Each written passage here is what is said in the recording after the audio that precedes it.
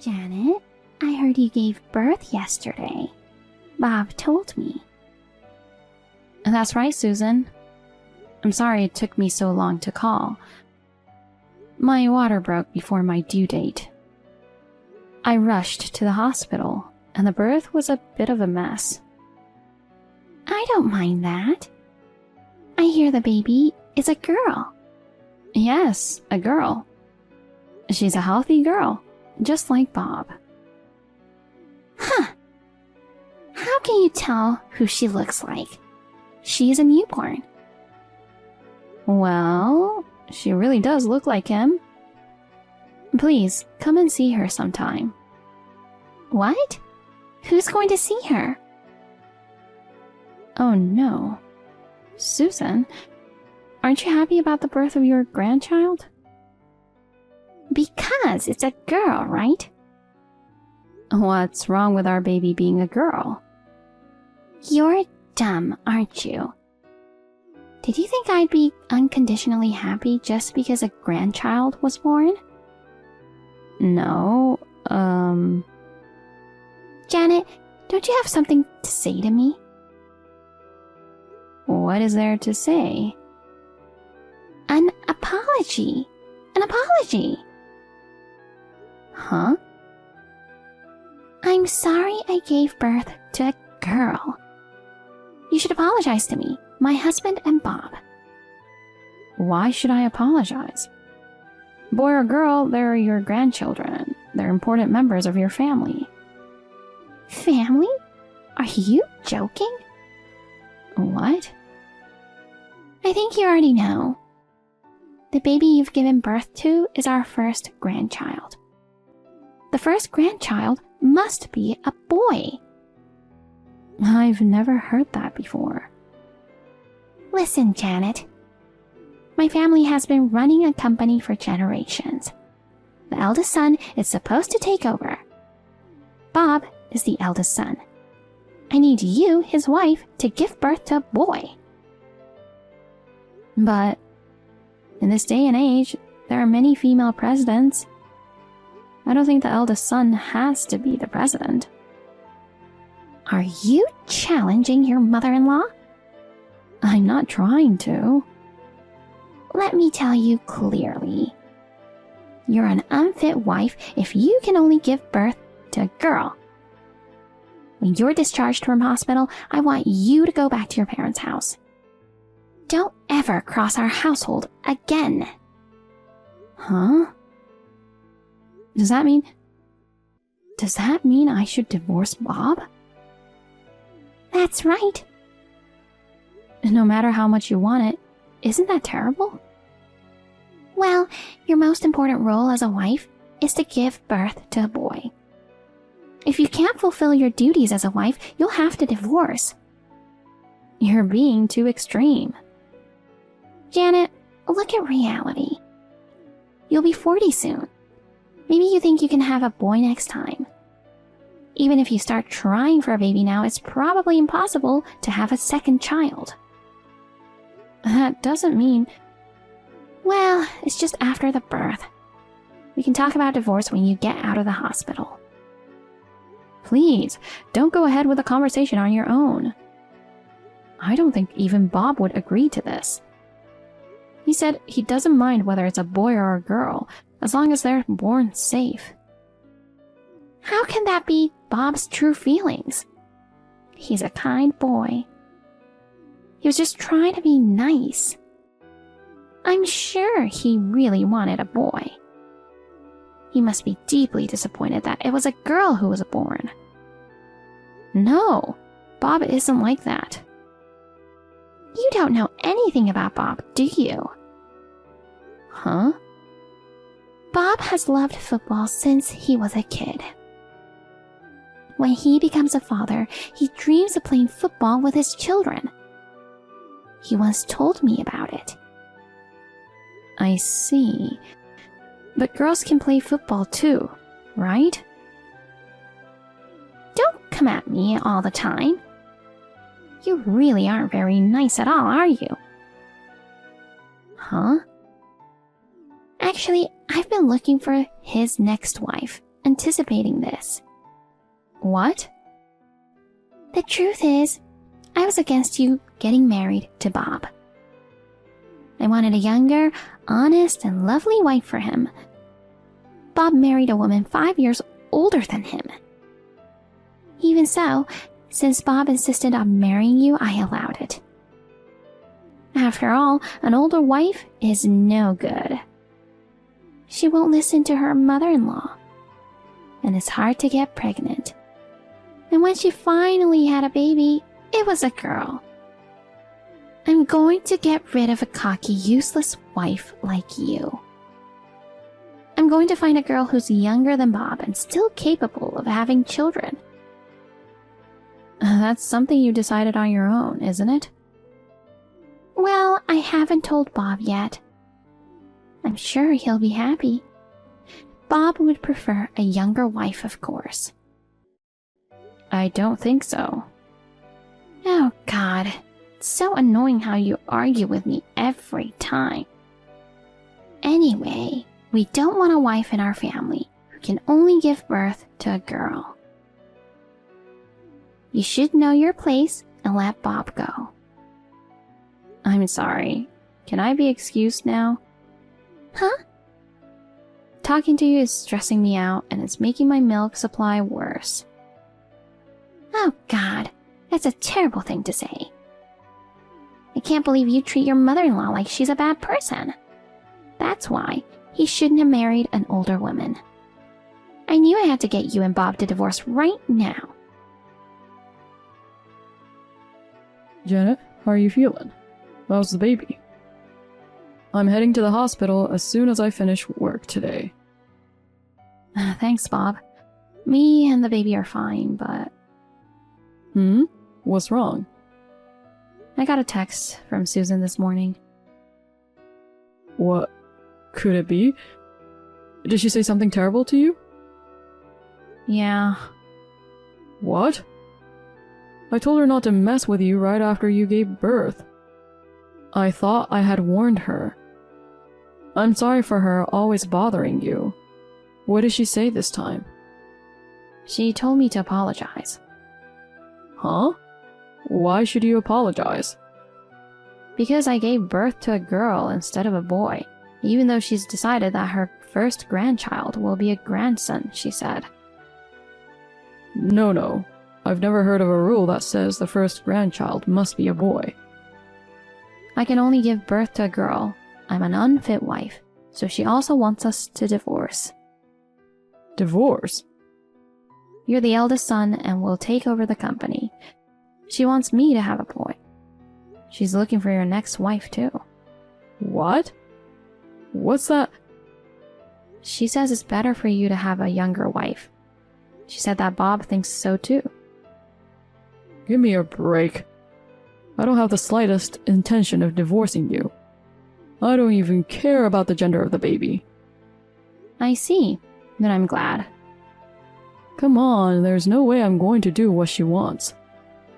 I knew that, but maybe it's because I'm mentally unstable after giving birth, but when Susan told me so strongly, I got really worried. But since you said it clearly in your own words, I felt relieved. Yeah. I'm going to protect you and our daughter as a husband and father from now on. I will never divorce for that reasons like Mom insists. Thank you, Bob. Speaking of which, you're leaving hospital next Tuesday, right? Yeah. Okay. We should be ready to welcome the baby home by then. Right, yeah. It's just... What? What's wrong? Susan told me to go to my parents' house after I'm discharged. To be honest, I don't want to see her for a while, until I'm feeling better. I thought maybe I shouldn't go home until I'm feeling better. You're right. Mom even asked for a divorce. It's like she wanted a male grandchild so badly. I'm really worried about what she might do to our kid. Right. Well, I'll talk to Dad about it. I'd appreciate that. But I wonder if your father would be disappointed that his grandchild is a girl. I don't think so. Unlike her, Dad doesn't seem to be obsessed with the gender of his grandchildren. As for my mother's snubbing of you, it seems to bother him a lot. I'm sure he'd be happy to talk to me about it. Okay. I'll stop by the hospital in the evening. Okay, I'll wait for you. Janet, I heard that today's the day you're discharged from hospital. Yes, it is. I'm telling you, you don't have to come back to our house. What do you mean? Oh, I told you before, didn't I? You and Bob are getting a divorce. I've sent all your stuff to your parents' house. Oh, to my parents' house? That's right. Bob is getting a new wife now. We can't keep his ex-wife's stuff forever, can we? Huh? So I should just go back to my parents' house? Yes, you can. Yes. But as you'd expect, I'd feel sorry for you if I kicked you out for free. I'll pay you alimony. Huh? Alimony? How about $150,000? Huh? That much? In exchange, promise me you'll never come near Bob again. Well, maybe it's too high. But if we can have a clean breakup with his useless wife for $150,000, it's a small price to pay. Does your husband know about the alimony? I haven't told him yet, but I'm sure he'd say he doesn't want a daughter-in-law who can only give birth to girls. I'll give you $150,000 in alimony, then divorce my son as soon as possible. I'm glad. Thank you very much. What? You've helped me a lot. Huh? Are you so happy to get compensation? No, I can't receive money like $150,000. Then what's so helpful? That you packed my bags. I thought it'd be hard to organize things with a newborn. Thank you for your kindness. Janet, do you understand? Understand what? You're happy to go to your parents? Of course. You know, you're divorcing Bob. You'll have to raise the kid by yourself from now on. It's not something you should be happy about. Oh, about that. I heard that Bob wants to talk to you. Oh, Bob? Yes, he's going to call you now. Wait a minute. Isn't Bob at work? Well then, excuse me. Janet, wait! Just as I predicted. I thought you'd text me on the day Janet left the hospital. Hey, Bob. Where are you now? You're supposed to be at work. Don't tell me you're at the hospital with Janet. That's right. I took a day off today and came to pick up Janet. Huh? Why do you have to pick up Janet? You guys are getting divorced soon. I know. Then why are you... You're not a couple anymore. Why don't you let your parents pick up Janet? You know what, Mom? Who decided that the first grandchild in our family has to be a boy? What? I've never heard of a rule that the eldest son takes over the company. Was it in the work regulations? That's... It's all something you came up with on your own, isn't it? Well... You must be disappointed that Janet gave birth to a girl, right? If the eldest son didn't have a son, and didn't have an heir, and the company would go out of business. I don't care about gender at all. Dad doesn't think the next president of the company has to be the eldest son. That's a lie. In fact, you're supposed to succeed your father as the next president. Then who will be the next president after you? Your eldest son must be the next president. About that? I've decided not to be the president. What? I'm going to work for Dad's company, but it doesn't mean I'm still going to be the president. He's never been a big fan of hereditary either. I won't allow such a thing. It's not a question of whether you'll allow it or not. It's just a coincidence that the eldest sons have taken over the company. Dad himself doesn't think that the next president has to be the eldest son. He said he thinks a woman is fine, as long as she's capable. No. It's impossible for a woman to be the president. That's exactly what would destroy the company. That's your prejudice. Times are different now. You know, this is a medical thing, but the gender of the baby is determined by the father. Really? So it's wrong to blame Janet for having a girl. The idea that it's okay to have a boy and not okay to have a girl is in itself an anachronism. It's extremely old-fashioned. Bob, you said earlier that you won't become president. Are you planning to quit your father's company? I'm quitting. Your father won't allow you to do that. I've already told Dad. What? Don't worry. I've already found a new job. Where are you going to work? A company owned by one of Janet's relatives. Huh? Janet's relative? Yeah. Janet's uncle is the president. One of his employees had just left, and they were short-staffed. He approached me. Wait a minute. You're divorcing Janet, aren't you? That's crazy. I can't believe you're working for your ex-wife's relative's company. I've decided to remarry Janet. What? What are you talking about? I'm getting a divorce, just like you said. Let me remarry and do what I want. But you're going to marry your ex-wife again? Why would you do something so pointless? I've decided to remarry and take Janet's surname. What? I really didn't want to get divorced, but to change my surname is unavoidable, isn't it? Well, would it be just a divorce and a remarriage on paper? Don't be silly. You're the eldest son in our family. That's why I decided to change my surname. Huh? As long as I keep my family surname, you'll never get out of the outdated way of thinking, will you? You probably won't stop picking on my wife until you die. So I should just change my surname and leave. Maybe that'll wake you up.